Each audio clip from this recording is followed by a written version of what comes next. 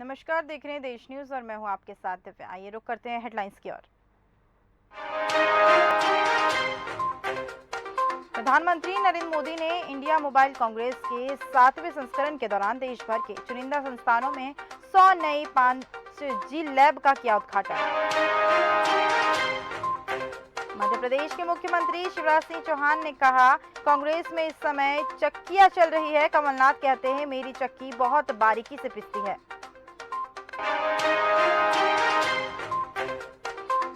Haryana CM Manohar Lal Khattar का बयान। उन्होंने कहा, ओडीएस जवाहर यादव ने कहा है कि 25 और 26 अक्टूबर का नासा का डेटा है जो स्पष्ट रूप से दिखाता है कि पंजाब में कहां पसली।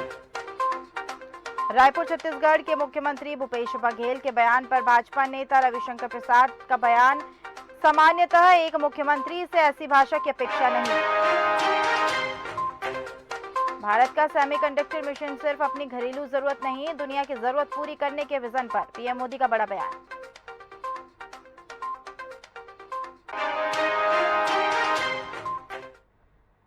जबलपुर विधानसभा चुनाव की तैयारियों के बीच जबलपुर शहर में होने वाले विधानसभा चुनाव के लिए नामांकन की प्रक्रिया चल रही है।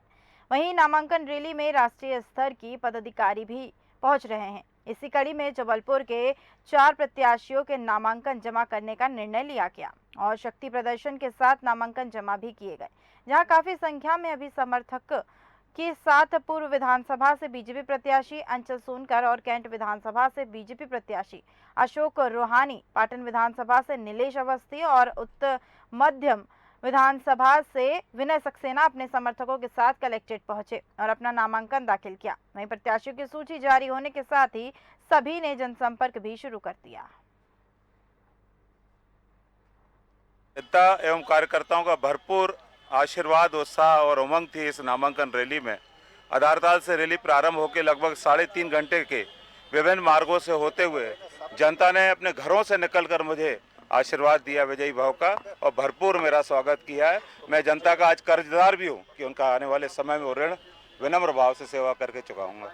मेरा फॉर्म एक पहले जमा हो चुका है 23 तारीख को, और दूसरे फॉर्म के बारे में कुछ और जो मन में था उसका संशय दूर करने आया था।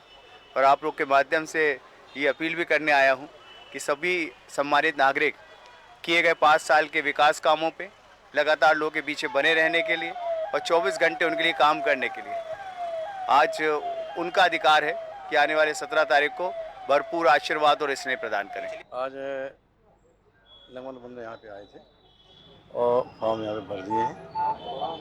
और वही हम हमारे साथ में हमारी राज्यसभा सांसद, हमारे सभी 4 साथी सभी यहाँ पे आए, आज फार्म भरे हैं।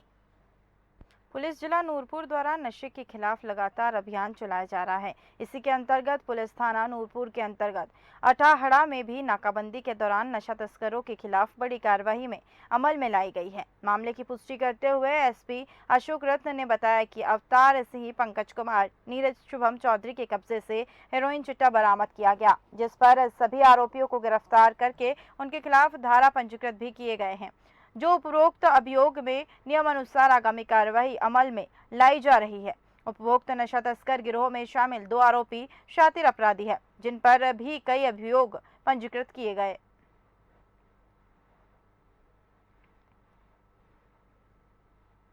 आगामी विधानसभा चुनाव को देखते हुए आदर्श आचार संहिता के पालन में रात्रि में कलेक्टर राघवेंद्र सिंह, पुलिस अधीक्षक विनोद कुमार सिंह और एसडीओपी मोतीलाल कुशवाहा, थाना प्रभारी गगन बादल द्वारा मय पुलिस स्टाफ व आईटीबीपी के फोर्स के साथ आगर कस्बे में फ्लैग मार्च निकाला गया।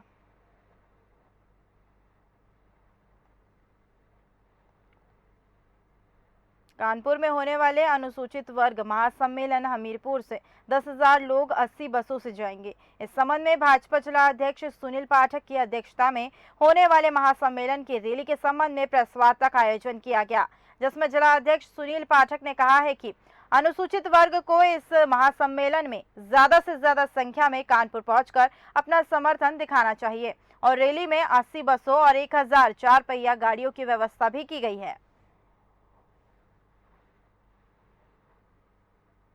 2014 के पहले इस देश में जो राजनीतिक नैराश्य था कि गरीब आदमी कभी ऊपर राजनीति नहीं कर सकता, ऐसा परसेप्शन था कि बड़ी बड़ी गाड़ियां और बुंदेलखंड में बिना असलहों के लोग पॉलिटिक्स नहीं कर सकते थे। लेकिन देश की जनता ने 2014 में जब एक गरीब के बेटे को प्रधानमंत्री बनाया, उस बाद देश का नैरेटिव बदला है। अब कोई भी उत्तर प्रदेश के अंदर आप देख लीजिए, सारे माफिया चुनाव हार रहे हैं। कोई भी सामान्य व्यक्ति भाजपा से टिकट प्राप्त करता है और वो विधायक बनता है, मंत्री बनता है। यहाँ तक कि अपने हमीरपुर जनपद के जो प्रभारी मंत्री हैं, वो उसके पहले मजदूर थे, एक ट्रक ड्राइवर थे। पार्टी ने उनको श्रम मंत्री बनाया है।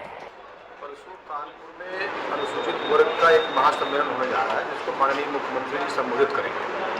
पूरे 52 विधानसभा क्षेत्र से वहाँ लोगों को इकट्ठा होना है और जो हमारे अनुसूचित वर्ग के भाई बहन हैं, उनके निमित्त ये कार्यक्रम आयोजित किया जा रहा है। हमारी सरकार ने उनको जो सम्मान दिया है, उस सम्मान के निमित्त तमाम सारी सुविधाएँ हैं, जिनके बारे में वहाँ मुख्यमंत्री विस्तार से बताएंगे।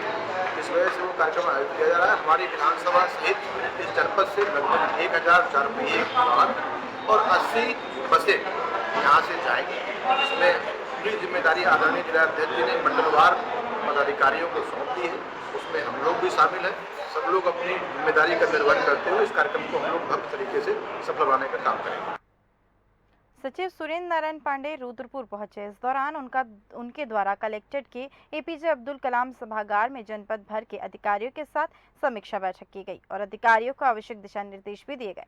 इस दौरान बैठक में अनुपस्थित रहने और देर से आने पर खनन विभाग के अधिकारियों का स्पष्टीकरण के निर्देश दिए। साथ ही एक दिन का वेतन काटने के लिए भी उधम सिंह नगर जिले के मुख्य विकास अधिकारी को निर्देश दिए गए हैं।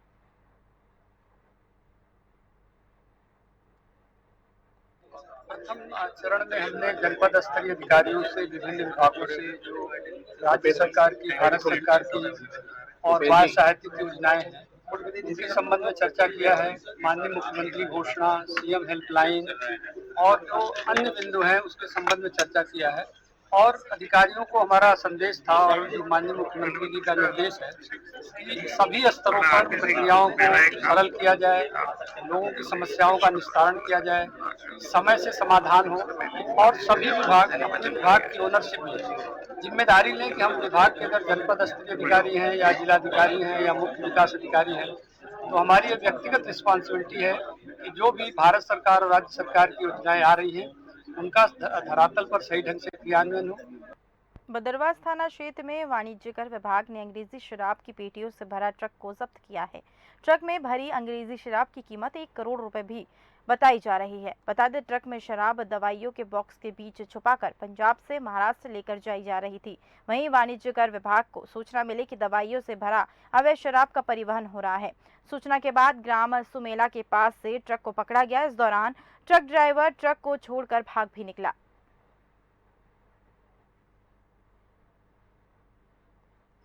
हेड ऑफिस से सूचना मिली थी कि इस ट्रक पे कुछ संदिग्ध माल है, आप देख सकते हैं।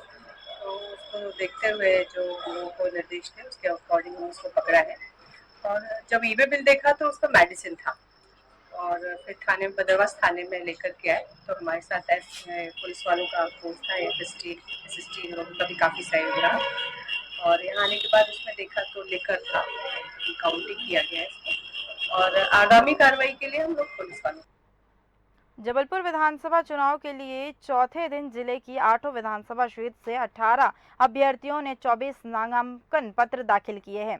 31 नामांकन पत्र रिटर्निंग अधिकारियों के समक्ष प्रस्तुत किए गए।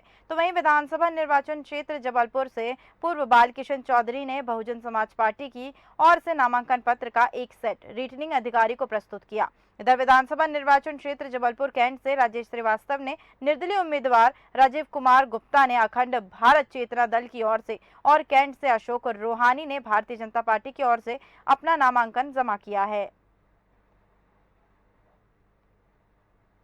फिलहाल की खबरों में बस इतना ही और अधिक खबरों के लिए बने रहिए देश न्यूज़ के साथ। नमस्कार।